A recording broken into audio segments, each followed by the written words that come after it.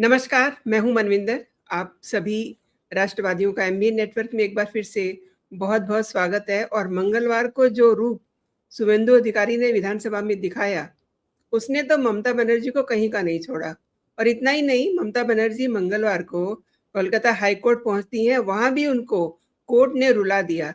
अब टीएमसी में मचा घमासान एक तरह से और विकराल रूप ले रहा है। विपक्ष के नेता ऋतव्रत बनर्जी के लीडरशिप में जो गुट है, नया लीडरशिप स्ट्रक्चर पेश करके पार्टी में एक और तूफान खड़ा कर दिया है। और बागी गुट ने विधायक अनुरूप राय को पार्टी का नया चेयरपर्सन घोषित किया है। इतना ही नहीं, अब जो टीएमसी का खाता है वो बार-बार सामने आ रहा, बार-बार चर्चा में आ रहा है कि उसमें क्या गबन हुआ, कितनी रकम कहाँ से डाली गई है। इसमें विधाननगर साइबर पुलिस स्टेशन जो है जांच भी कर रहा है। लेकिन एक और बड़ी जानकारी है, अभिषेक बनर्जी विदेश जाने के लिए इच्छुक हैं। तो वो विदेश क्यों जाना चाहते हैं, और भी कई बड़े अपडेट्स हैं।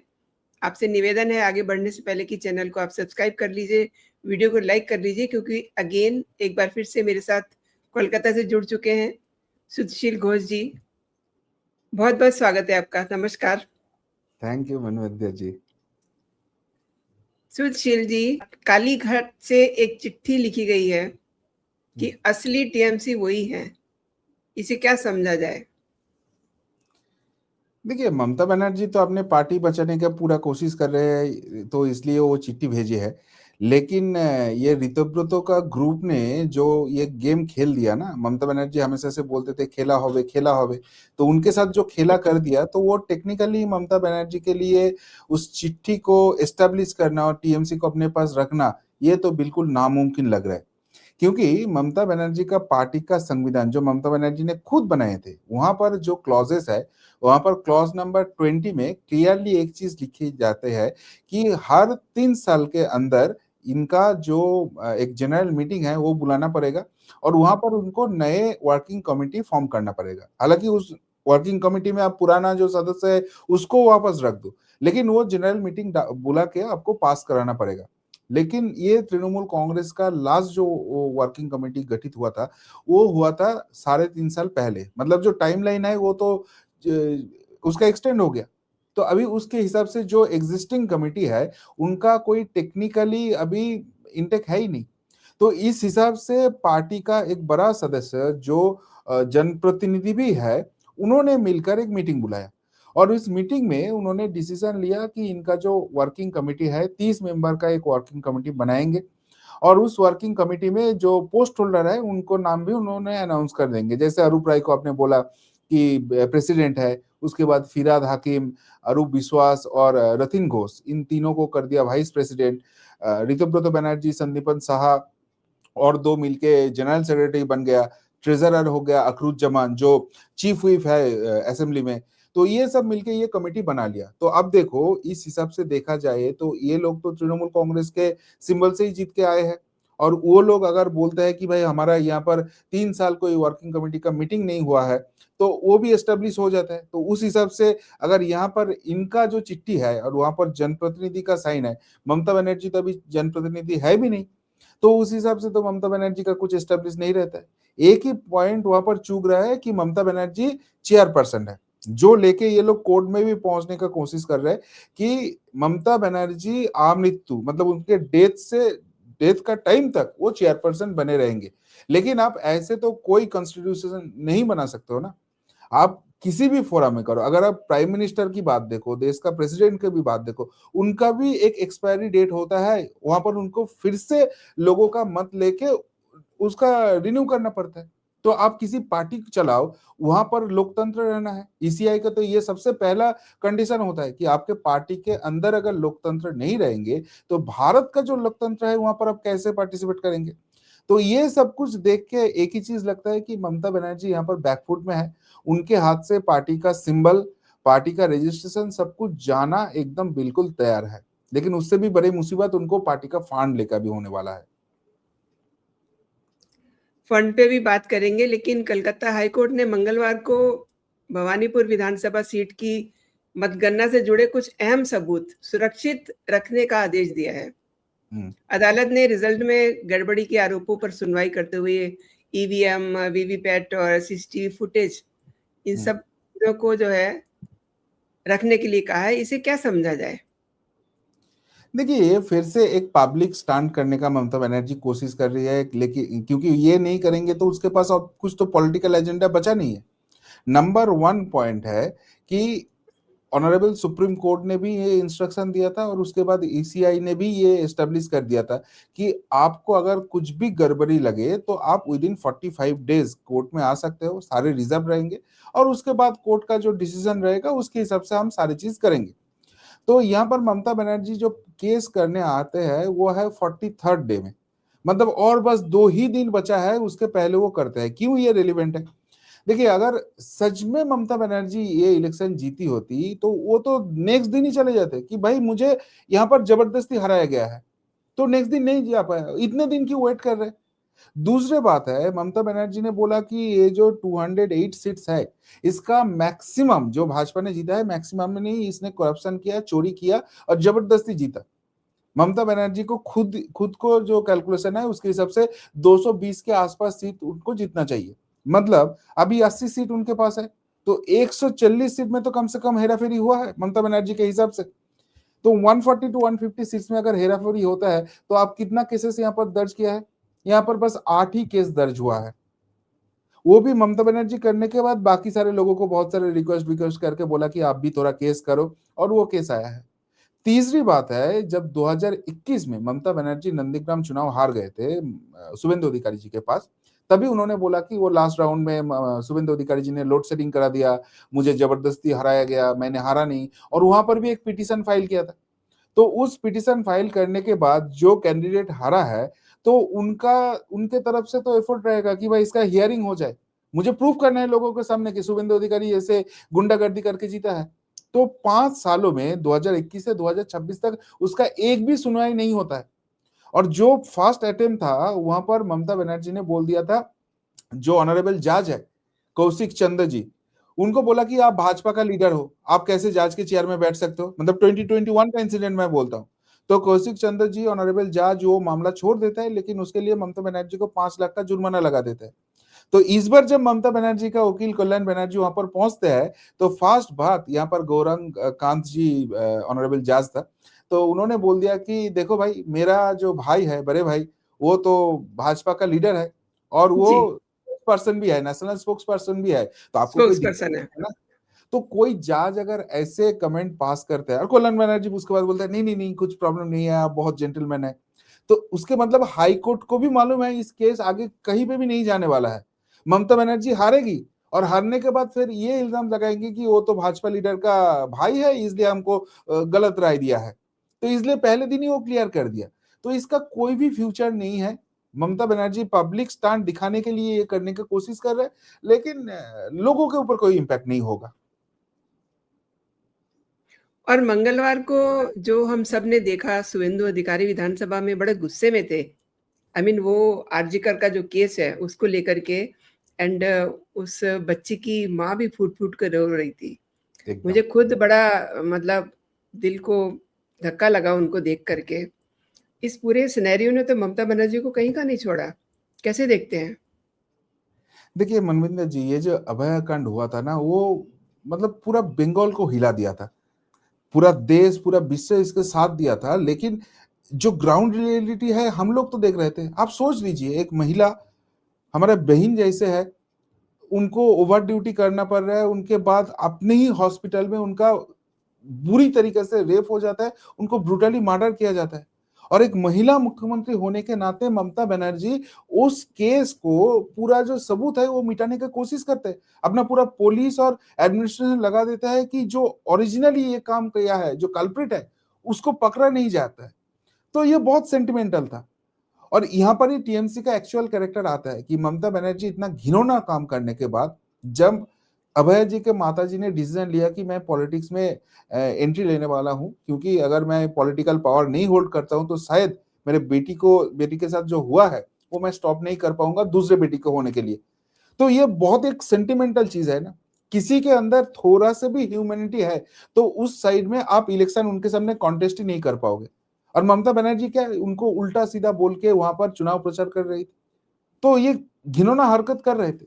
और शुभेंदु अधिकारी जी का जो आज मैं फायरी स्पीच बोलूंगा, हम लोग तो एक्सपेक्ट नहीं किया था, क्योंकि देखिए शुभेंदु अधिकारी जब एलओपी थे तब एक दूसरे कैरेक्टर थे, अब मुख्यमंत्री हो गया तो उनको बहुत सारी चीज एक दूसरे तरीके से हैंडल करना पड़ता है, ऐसे सीधी बात तो वो नहीं बोल सकता। तो हमने सोचा था कि थोड़ा ऑर्थोडॉक्स वो खेलेंगे, लेकिन उसके अंदर भी तो ये तृणमूल का जो करप्शन है, तृणमूल का जो महिलाओं के ऊपर अत्याचार है, हिंदुओं के ऊपर अत्याचार है, वो सारे जा रहा है। एंड ऑफ द डे वो भी ह्यूमन है। और सबसे बड़ी बात है, पिछले 1.5 महीना से शुभेंदु अधिकारी जी जो पुराना फाइल है, 15 साल का पूरा फाइल रीड किया है। आज जब वो स्पीच दे रहे थे वो पूरा हमको मालूम पड़ गया, एक एक करके एविडेंस सामने लेके आ रहा है, एक एक करके उनका जो स्टैट्स है वो बोल रहा है कि जो गरीब के लिए आप योजना बनाया है, सामाजिक प्रकल्प है जिसके लिए गरीब को पैसा मिलेगा, वहां पर आपने कितना फेक अकाउंट बनाया, वहां से कितना लाखों करोड़ों का आपने घोटाला किया है। जो यहाँ पर आप आवास योजना का घर का आता है, गरीब के लिए माननीय मोदी जी वो भेजते हैं, वहां पर आपने कितना फेक किया है। तो वो सारे स्टैट्स दे रहे थे। और ऑब्वियसली कोई इंसान अगर देखेंगे कि जो देश के प्रधानमंत्री इतना कुछ कर रहे हैं गरीब के लिए, वहां पर सारे चोरी हो रहा है, और वहां पर ये उनके भाइपों के लिए ऐसे शीश महल बन रहा है, राजप्रसाद बन रहा है, तो गुस्सा तो होगा ही। तो आज शुभेंदु अधिकारी जी ने दो चीज किया, एक तो इन लोगों का जो करप्शन का जगह है उनको औकात समझा दिया, विपक्ष तो उनके सामने मुंह भी नहीं खुल पाया, लास्ट में वॉकआउट करके भाग गया। और उनका ही एक साथी है कुणाल घोष, वो बोल दिया कि हाँ हम मान रहे हैं कि यहाँ करप्शन हुआ है, लेकिन वो करप्शन बस जो ये अच्छे तृणमूल वाला ऋतु के साथ नहीं है उनके अगेंस्ट आप करोगे और उसको छोड़ोगे, ऐसे नहीं होना चाहिए। तो शुभेंदु जी बोल देता है कि भाई देखो, ऐसे नहीं है कि मुख्यमंत्री के कुर्सी में बैठ के मैं किसी के साथ पार्शियलिटी करूंगा, वो मेरा नेचर नहीं है। आप लिखित आकार में मुझे दे दो कहां पर क्या करप्शन हुआ है, मेरा पुलिस जो ढूंढना है, सीआईडी जो ढूंढना है वो तो करेगा ही, लेकिन हमसे अगर कुछ छूट जाते हैं और आपके पास एविडेंस है, आपके पास कुछ क्लू है, वो हम लिखित आकर के दे दो हमको, उसके बाद किसको क्या करना है हम दिखा देंगे। एंड पूरा बंगाल तो बहुत ही मोटिवेटेड हो गया। यही वाला चीज हम देखने चाह रहा था कि माननीय मुख्यमंत्री के कुर्सी में बैठने के बाद शुभेंदु अधिकारी ये जो गुंडा है, ये जो बदमाश है, इसको ठिकाना लगा दे और आगे पश्चिम बंगाल जो सोनार पश्चिम बंगो बनेगा ना, वहां पर कोई ऐसे गुंडागर्दी करने का हिम्मत नहीं दिखाए। तो वो वाला मैसेज आज तो क्लियर कर दिया, बहुत ही पॉजिटिव एनवायरनमेंट हुआ। आपने सही कहा, क्योंकि देखिए जिस तरीके से मैंने भी उनको सुना, बहुत ही वाइब्रेंट उनका स्पीच था, बहुत गुस्से में थे और उससे एक अच्छा मैसेज गया। और अभिषेक बनर्जी, इनकी तो हवा टाइट हो गई है, क्योंकि ये तो विदेश जाने के लिए तैयार बैठे हैं। तो कैसे जाएंगे? लुकआउट नोटिस इनके लिए जारी हो चुका है। ये क्यों कह रहे हैं कि विदेश जाना है? क्या डर है इनके नहीं, मन में? अभिषेक बनर्जी का अभी जाने का कोई चांस नहीं है। क्यों मैं बोल रहा हूँ, अभिषेक बनर्जी का जो है उनके नाम में वो हेट स्पीच मामला जो था, जो विधाननगर साइबर क्राइम में एफआईआर लॉन्च हो गया था, जो अभी सीआईडी इन्वेस्टिगेशन कर रहा है, और उसको इंटरोगेशन के लिए भी बुलाया था। ईडी के इंटरोगेशन का नेक्स्ट दिन जो इंटरोगेशन हुआ था वो वाला केस था। तो वहां पर तो अभिषेक बनर्जी ने बोला था कि 4 तारीख 12 बजे के बाद मैं डीजे बजाऊंगा, मतलब जो भी हिंदू है, जो भी टीएमसी को वोट नहीं दिया है उसको मार देंगे। तो वो लेके मामला है। तो उस मामला में कोर्ट ने, ऑनरेबल कोर्ट में बोल दिया था कि भाई अभी अभिषेक बनर्जी को अरेस्ट मत करो, आप इन्वेस्टिगेशन करो, और उसमें अभिषेक बनर्जी आपको कोऑपरेट करेंगे, इंटरोगेशन में उसको फिजिकली अपीयर करना पड़ेगा, लेकिन अभिषेक बनर्जी देश के बाहर नहीं जा सकते। अब देखिए केसेस जैसे हो रहा है, वहां पर अभिषेक बनर्जी पूरा घेर गया है, उसको कभी भी किसी भी वक्त अरेस्ट होगा, वो कोई सरप्राइज न्यूज नहीं होगा। अभी लोगों के मन में एक ही सवाल है कि क्यों अरेस्ट नहीं हो रहा है। तो इस हिसाब से अभिषेक बनर्जी अभी बाहर जाने के लिए बहुत ही कोशिश कर रहे हैं कि एक बार अगर वो दुबई, सिंगापुर या यूएस ऐसे चले जाते हैं, शायद वापस नहीं आएंगे। क्योंकि अभिषेक बनर्जी का ही टीम का एक बंदा था, विनय मिश्रा, आप उनका नाम जानता है कि मुझे मालूम नहीं। तो ये जो कोल स्कैम है, इसमें अभिषेक बनर्जी का सबसे बड़ा अकाउंटेंट ये था, विनय मिश्रा, वही पूरा घोटाला मैनेज करते थे। तो जब ये विनय मिश्रा के नाम में लुकआउट नोटिस जारी हो गया, ये बंदा पहले लंदन भाग गया, लंदन से ये बंदा पहले, उसके बाद भानुआतू करके एक आइलैंड है जिसके साथ भारत का कोई ऐसे रिलेशन नहीं है कि वहां पर भी अपराधी छुप जाए तो उसको वापस देश में ले जाएगा। तो पैसा देके आपको उसका नागरिकत्व लेना पड़ता है, और ये विनय मिश्रा ने ऐसे कर दिया। तो क्या पता अगर अभिषेक बनर्जी का ऐसे कुछ प्लानिंग है क्या नहीं। लेकिन अभिषेक बनर्जी फंस जाता है दूसरे जगह में। वो जो केस था, जो सीआईडी का इंटरोगेशन हुआ हेड स्पीच वाला, वहां पर मेन एविडेंस क्या है? अभिषेक बनर्जी का फेसबुक पेज से जो वीडियो शेयर हुआ था, जो लाइव हुआ था। अब वो वीडियो अभिषेक बनर्जी का ही है, ये जानने के लिए क्या करना पड़ेगा? अभिषेक बनर्जी का वॉइस सैंपल टेस्टिंग करना पड़ेगा। अब वॉइस सैंपल टेस्टिंग इतना आसान चीज नहीं है। आपको कोर्ट के सामने बहुत सारे एविडेंस देना पड़ता है कि भाई पक्का यही वाला मुजरिम है, इसका भी करना है तो हम फाइनल इसको कन्विक्ट कर पाएंगे, तभी कोर्ट आपको वहां पर परमिशन देंगे। तो आज सीआईडी वालों चले गए थे कोर्ट में, और वहां पर जाके सीआईडी वालों को मिल गया परमिशन। 30 जून को अभिषेक बनर्जी कोर्ट में आना पड़ेगा, और उसको वहां पर मैजिस्ट्रेट साहब रहेंगे, जो फॉरेंसिक टीम है वो रहेंगे, और अभिषेक बनर्जी का वॉइस सैंपल टेस्टिंग होगा। अब वॉइस सैंपल टेस्टिंग किसी भी केस का एकदम लास्ट स्टेप होता है, उसके बाद ही उसका विचार प्रक्रिया जो है वो सारे चालू हो जाएगा। तो 30 जून को अगर ऐसे होगा तो शायद उसके बाद ही सीआईडी चार्जशीट दे देंगे, और उसके बाद चार्ज फ्रेम होगा, उसके बाद जो कानूनी कार्रवाई है वो चलेंगे। तो ये सिचुएशन में अगर अभिषेक बनर्जी बाहर भाग जाते हैं, और जहां पर उनका ऐसे वॉइस सैंपल टेस्टिंग में अगर मैचिंग आ जाता है, तो उसके मतलब उसका अरेस्ट होना तैयार है। वो अरेस्ट से बचने के लिए 7 दिन बोल के बाहर चले जाएंगे। तो कोर्ट को तो वो चीज देखना पड़ेगा। और एक चीज बहुत इंपॉर्टेंट है बनविंदर जी, यहाँ पर हम हमारे मन में जो सवाल है, जी।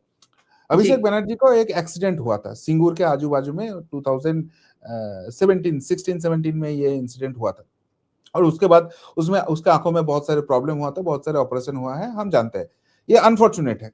लेकिन अभिषेक बनर्जी अभी क्या बोलता है कि उनका आंखों का जो ट्रीटमेंट है वो पूरा भारत में कहीं पे भी नहीं हो सकता है।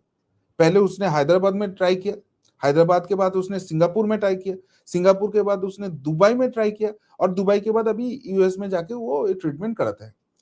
तो हमको भी तो ये जानना चाहिए कि भाई ऐसे क्या ट्रीटमेंट है जो पूरा भारत में नहीं हो सकता है। हम तो जानते हैं कि एम्स से बढ़िया हॉस्पिटल कहीं पे भी नहीं मिलता है। जिस जिस कंट्री में वो जा रहा है, सिंगापुर, दुबई, यहां से लोग भारत में आता है ट्रीटमेंट करने के लिए। बिल्कुल, बिल्कुल। और अगर किसी का आंखों का प्रॉब्लम है तो हम जानते हैं 2 सेंटर है जो पूरा भारत में बहुत बहुत फेमस है। एक है शंकर नेत्रालय चेन्नई, और दूसरा है अपोलो चेन्नई।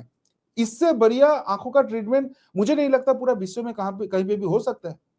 तो अभिषेक बनर्जी का अगर सच में आंखों में दिक्कत है जो बाहर छोड़ के कहीं पे भी ट्रीटमेंट नहीं हो सकता है, तो मुझे तो लगता है पहले कोर्ट को ये जांच कराना चाहिए कि भाई इसको एम्स में लेके जाओ और सच में देखो कि इंडिया में इसका ट्रीटमेंट नहीं हो सकता है। अगर इंडिया में ट्रीटमेंट हो सकता है तो best of the best hospital में कराओ, लेकिन उसको देश छोड़ के भागने का कुछ कुछ परमिशन मत दो। क्योंकि हमारा डाउट है वो एक बार जाएगा तो वो बिनोय मिश्रा जैसे ही काम करेगा, वापस नहीं आएगा। एंड एक चीज और है ना, क्या इनका कोई कनेक्शन आरजीकर वाले मामले से भी है क्या? अभिषेक बनर्जी का डायरेक्ट कनेक्शन अभी तक तो हमको कुछ नहीं मिला है, लेकिन ये जो रत्ना देवनाथ जी है, अभय जी के माता जी, उन्होंने बोला कि ये आरजीकर कांड पूरा जो किया है, मेन जो कल्प्रिट है उनका नाम है आबेश बनर्जी। अब ये आबेश बनर्जी कौन है? आबेश बनर्जी है अभिषेक बनर्जी का भाई। मतलब ममता बनर्जी का एक भाई है, उनका बीबी है काजरी बनर्जी, जिनको Mamata Banerjee last corporator election में टिकट दिया था, उनका ही वार्ड से, वो जो एरिया है वहां से दिया था। अब ये काजरी बनर्जी अपने ऑक्यूपेशन में लिखते हैं सोशल वर्क। तो मनविंदर जी, हम जब सोशल वर्क करते हैं हमको तो ये मालूम है कि कुछ गरीब बच्चों के लिए आप खाता खरीद दो या किताब खरीद दो तो आपके जेब से पैसा खर्च होगा, आपके जेब में तो पैसा नहीं आ सकता है। लेकिन ये काजरी बनर्जी बोलता है कि मैं सोशल वर्क करती हूँ और उसके लिए मुझे पैसा मिलता है, 5 करोड़ का प्रॉपर्टी बना लिया सोशल वर्क करके। तो हम भी थोड़ा जानना चाहते हैं कि भाई कौन सा ऐसे सोशल वर्क है जिसमें सोशल वर्क भी है और जेब में इतना पैसा भी आए। तो ये छोड़ो, दूसरी बात है। तो ये काजरी बनर्जी है वो बंदी जो 29 अप्रैल जब भवानीपुर इलेक्शन हो रहा था, तो दोपहर के टाइम शुभेंदु अधिकारी जी को पूरा घेर लिया था, महिला वाहिनी टीएमसी का जो है। तो उनको जो नेतृत्व दे रहे थे ये है ये काजरी बनर्जी, और उनका ही बेटा है ये आबेश बनर्जी। तो रत्ना देवनाथ जी को बोलना है कि ये जो आबेश बनर्जी है ये मेन कल्प्रिट है आरजीकर कांड का। ये बाकी जो हम संदीप घोष या बाकी जिसका नाम सुनते हैं, वो लोग बस ये आबेश बनर्जी के इशारों में नाचते हुए कठपुतली है और कुछ भी नहीं है। तो खुद का भतीजा यहाँ पर फंस गए, इसलिए ममता बनर्जी ने पूरा साम दाम दंड भेद सब कुछ लगा दिया था कि भाई इसको सारे जो एविडेंस है ये डिस्ट्रॉय करो। और ये मतलब रत्ना देवनाथ जी ये ऑन द ईयर नहीं बोल रहे, क्योंकि हमने इसके पहले भी देखा है कि जब शारदा स्कैम हुए थे तो शारदा स्कैम में पूरा तृणमूल कांग्रेस फंस चुके थे, उसके सारे जो बड़े बड़े लीडर है सबका नाम आ गया था। लेकिन उनको बचाने के लिए राजीव कुमार, जो जिसका कोई मतलब योग्यता नहीं था, फिर भी इसको राज्य पुलिस का डीजीपी बना के रख दिया था ममता बनर्जी।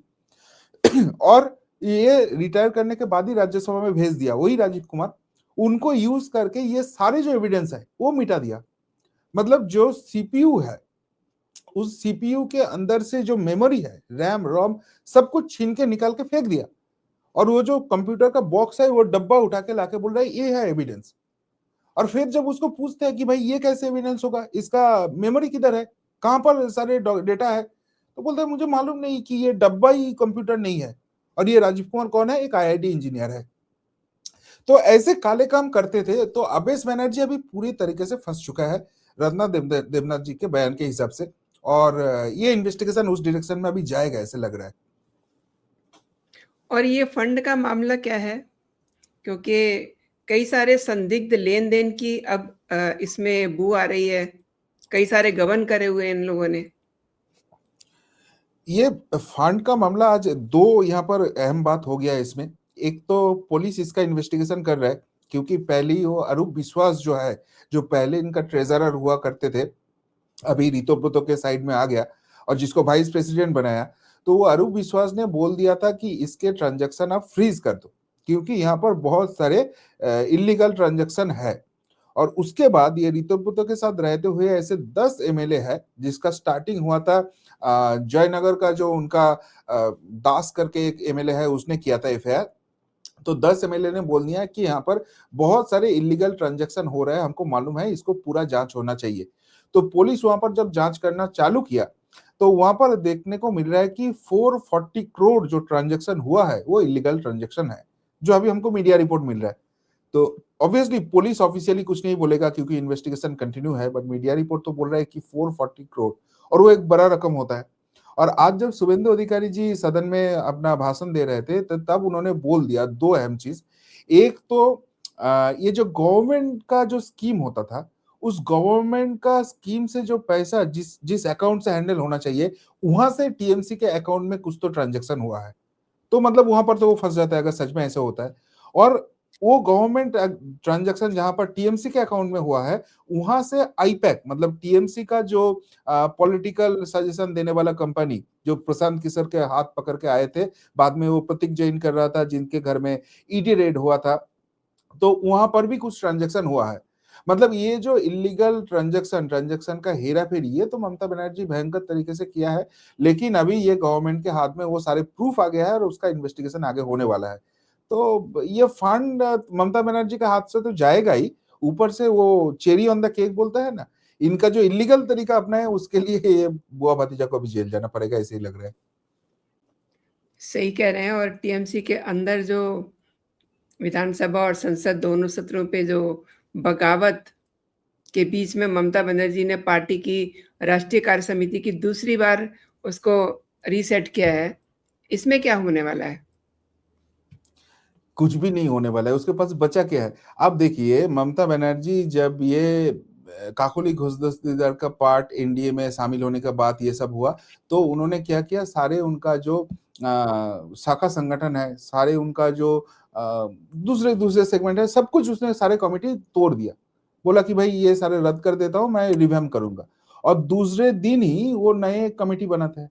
लेकिन उस कमिटी से जो जो मेंबर था वो एक एक करके रेजिग्नेशन कर रहे हैं। जैसे ज्योतिप्रिय मल्लिक, उनको वर्किंग कमेटी मेंबर करके रखे थे, उसने बोला कि मेरा किडनी खराब हो गया, मैं पॉलिटिक्स नहीं करूंगा। अभी सुनने को मिल रहा है कि भाई वो ऋतुव्रत के साथ आने वाला है।